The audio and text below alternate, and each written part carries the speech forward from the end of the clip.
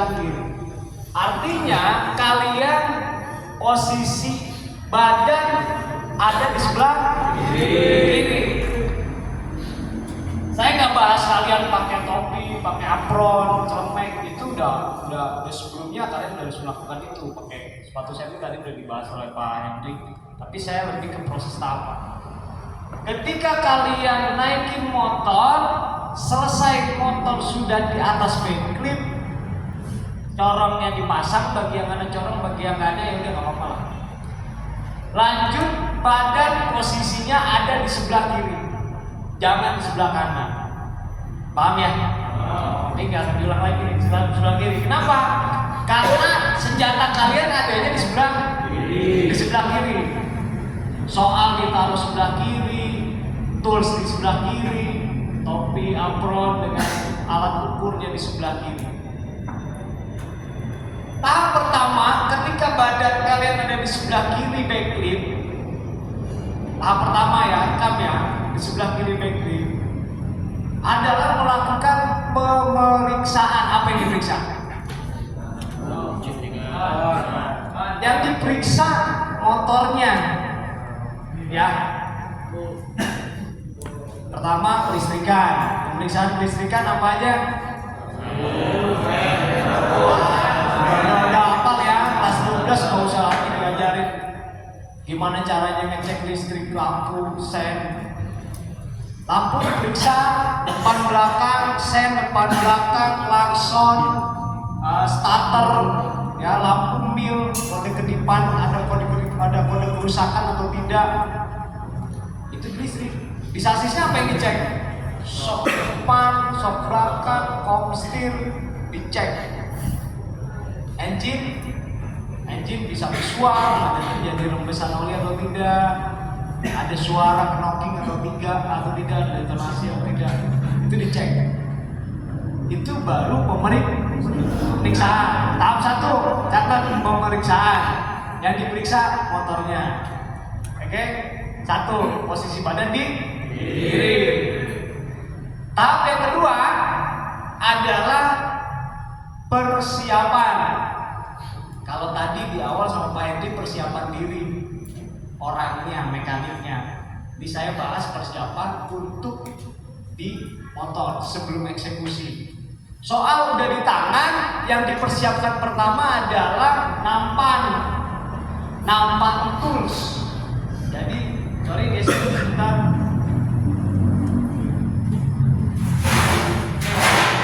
Nampan tools udah ready di atas.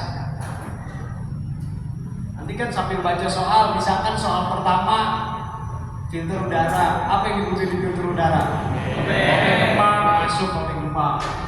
CPT apa? T8, ya kan? Masukin T8. Busi, kunci busi masuk. Semua yang ada di soal masukin semua di nampan tools. Paham ya? Jadi masukin semua di sini, jangan sampai ada yang tertinggal. Oke, paham ya? Jangan sampai ada yang tertinggal. Setelah selesai masuk di dalam wadah tools, nah, baru kalian menuju proses yang ketiga. Tadi pemeriksaan, yang kedua persiapan, yang ketiga adalah tindakan. Langsung deh tuh, yang ada di soal dikerjain semua. Paham ya? Yang ada di soal dikerjain semua. Pak, boleh ngajak? Boleh. Ya mesti ada di soal. Nomor satunya misalkan ngerjainnya busi, nomor 2-nya aki, tidak mesti. Tapi tips dari saya, nih tips ya, tips dari saya. Karena posisi badan kalian ada di sebelah kiri, yang dihajar kiri dulu. Paham ya? Karena ketika kalian makan waktu untuk ke kanan, itu berapa detik ke makanan? Ditambah lagi kalau misalkan kalian tidak mempersiapkan kunci dari awal seluruhnya, habis sudah bisa 120 menit juga kurang. Bolak-balik. 120 menit juga kurang, karena ketika kalian yang di sebelah kanan kok kontribusi lupa, muter lagi. Nah, misalkan kunci T8 lupa, muter lagi, nah gitu. Jadi langkah ketiga adalah tindakan yang dimana sebelumnya adalah pemeriksaan, persiapan itu sudah dilakukan. Ketika kunci udah selesai semua lengkap, nih tips dari saya lagi nih, tips lagi dari saya nih. Jangan biarkan ada tools baut komponen di atas backlight. Rekam tuh. Kenapa? Acak-acakan nanti. Pak, oli kan turun, iya turun, hanya wadah oli aja. Tadi saya bahas detail. Kenapa? Bukan kita mau memberikan kesan baik untuk si penguji eksternal, karena pekerjaan mekanik itu aslinya gitu, harus detail, teliti. Jadi jangan sampai nanti habis kerjain filter udara, baunya berserakan tuh ada di backlight. Tadi kan karena Pak Henry sudah disediakan yang namanya nampan wadah baut, wadah komponen disatukan, no problem. Jangan sampai ada berserakan di backlight, baut dan tools kunci, paham ya? Karena di situ ada juga proses penilaian itu kan, nggak mungkin ada penilaian yang ada di juri, ada juga di form pekerjaan yang kamu terima kan? Oke, itu pertama. Di backlight steril, bersih, nampan adanya di lantai. Makanya kalau kalian perhatikan dengan teliti, dikasih line kerja. Jadi wadahnya nampannya ada di lantai. Yang mau dikerjain di sebelah kiri dulu. Tips dari saya, sebelah kiri dulu antem. Tadi kan udah diperiksa sampai dengan nanti akhirnya kondisi bodi, kondisi motornya secara visual. Karena di Honda ada dua jenis. Kalipernya ada yang di sebelah kiri, ada yang di sebelah kanan. Kalau misalkan disuruh mengukur ketebalan kampas, kalau ada di sebelah kiri, hantam dulu kampasnya. Cek dulu, diperiksa jarak main bebas, rem. Kalau misalkan olinya bukannya dari samping sebelah kiri, ya olinya dulu. Tapi saran saya, banyak tips nih. Selesaikan dulu satu pekerjaan, jangan ke pekerjaan yang lain sebelum pekerjaan yang sebelumnya. Biasanya udah dibuka, ditinggal aja, buka box CVT. Jangan dibuka, diselesaikan dulu. Dan saya ingetin lagi nih, ingat, filter udara PJMMI tidak diperuntukkan untuk disemprot. Awas ya, jangan disemprot. Diketok-ketok Pak, ya silakan aja sih ya. Disemprot boleh, tapi di boxnya aja. Tapi itu pun sebelumnya dilap dulu, dilap pakai mayun, disemprot. Tapi filter kasa udaranya tidak diperuntukkan untuk disemprot. Awas, khawatir nanti malah ada pengurangan poin di situ. Sampai sini paham ya? Nah, setelah kiri dihantam udah selesai, baru bawah tuh nampak dengan lurus masuk ke daerah area kanan. Yang dikerjain depan lagi dulu. Pengecekan kapasitas minyak vape, pengecekan free play gas, pengecekan jarak main, handle rem depan. Walaupun nggak bisa disetting sistemnya hidrolis, tapi tetap harus diperiksa jarak mainnya. Paham ya? Nah, sampai situ kalau kalipernya di sebelah kanan, hantam dulu kalipernya. Baru mundur dikit, main di aki. Screennya dilakukan pengecekan. Nah, ini yang repot nih Mas, aki sepele tapi bikin berantakan. Kenapa? Banyak dari tahun ke tahun yang saya perhatikan ngecek aki cuma mesin mati selesai. Mesin mati berapa kapasitas? Aki dalam keadaan mesin hidup juga dicek, harus di atas 12 atau bahkan sampai 13 voltase. Dan pengecekan satu lagi ke satu lagi yang nggak pernah kalian lakukan adalah pemeriksaan tahanan cangkong busi ada itu Mas, dicek. Makanya nanti kita akan sediakan SOP-nya, saya sedikit kasih pengarahan tentang SOP busi. Nanti di wadah kita sediain 1 busi bekas. Konsen, 1 busi bekas. Ketika kalian ingin mengecek percikan busi yang dipasang, kan dilepas tuh, ditaruh di cangkang busi. Di tempat lubang busi kosong dong. Busi bekas yang ada di wadah itu dimasukin ke lubang busi. Itu SOP-nya.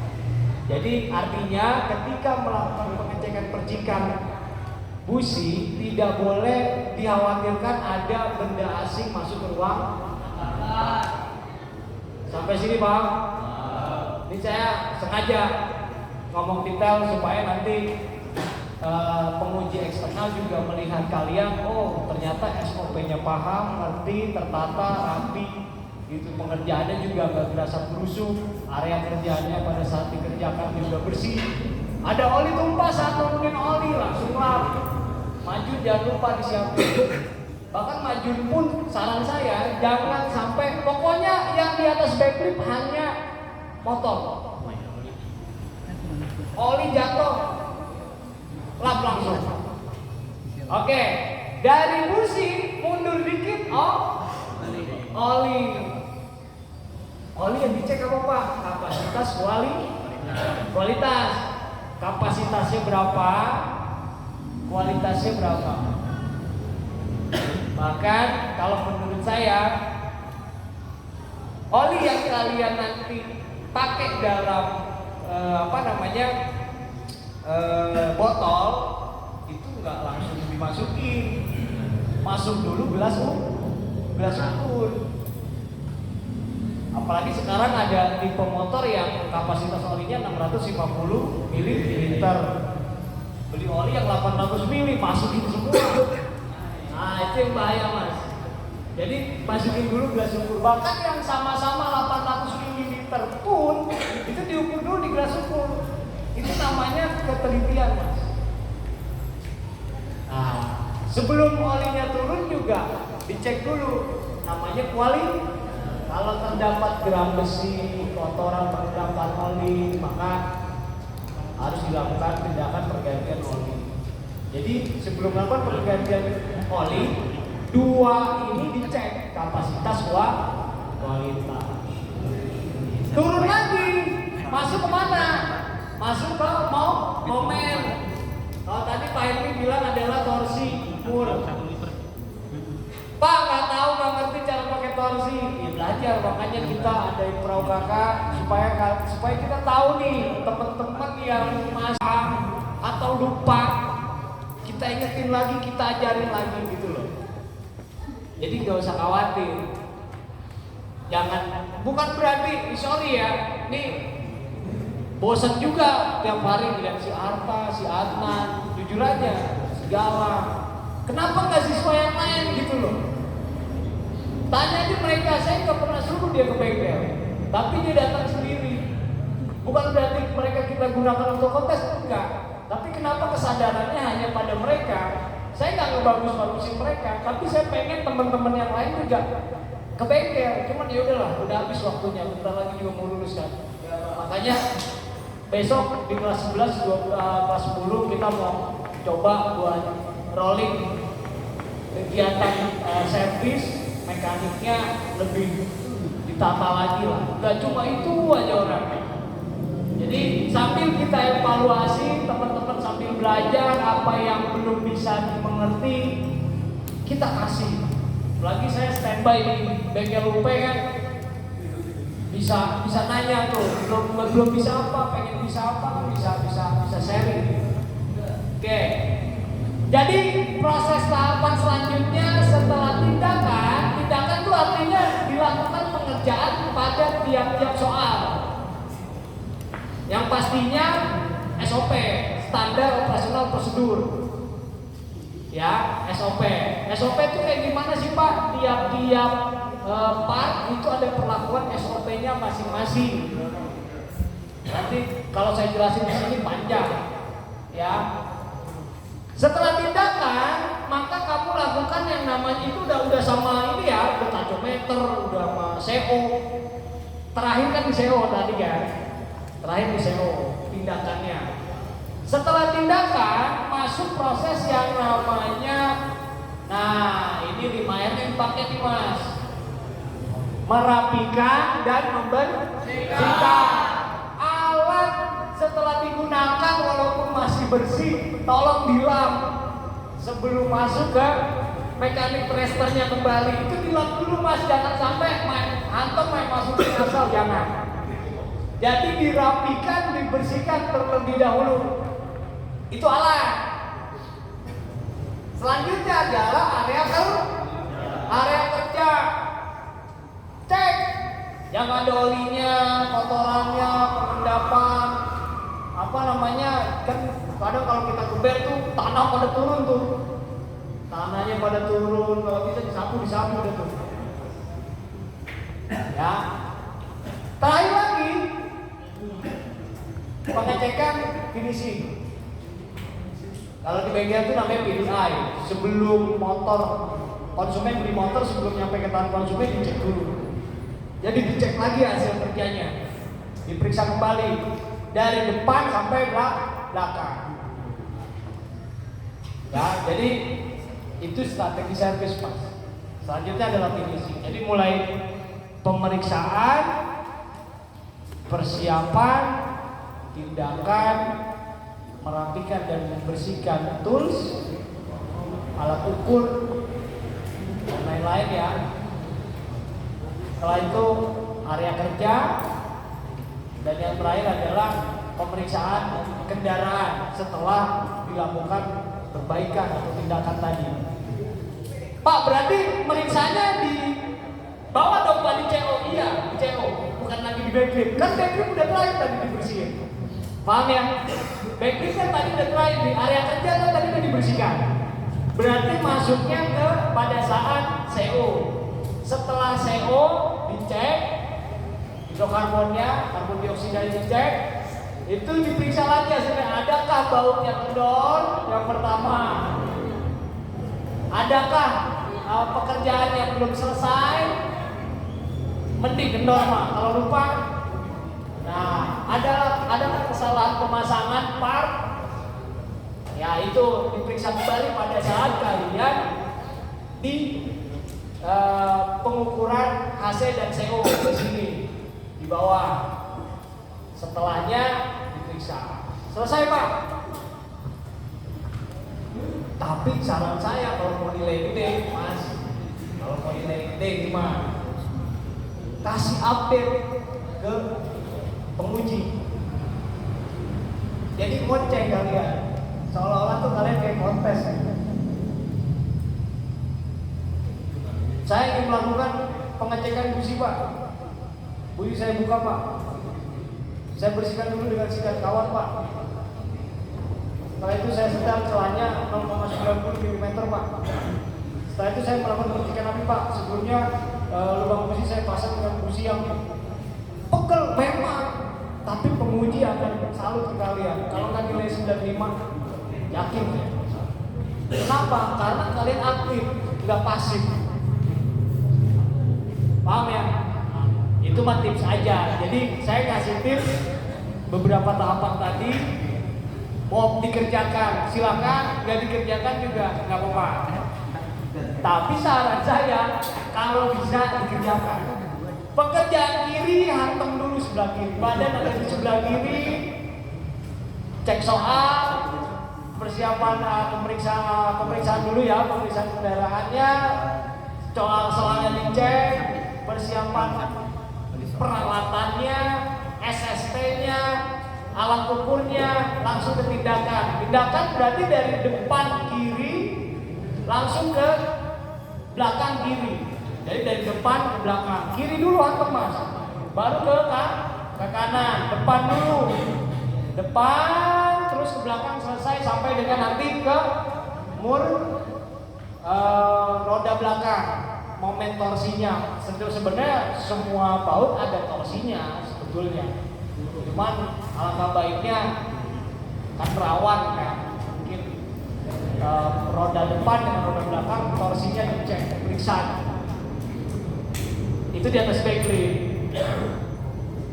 Pengecekan tachometer berapa RPM stasioner dari motor metik, pakainya metik kan? Berapa stasionernya? 1000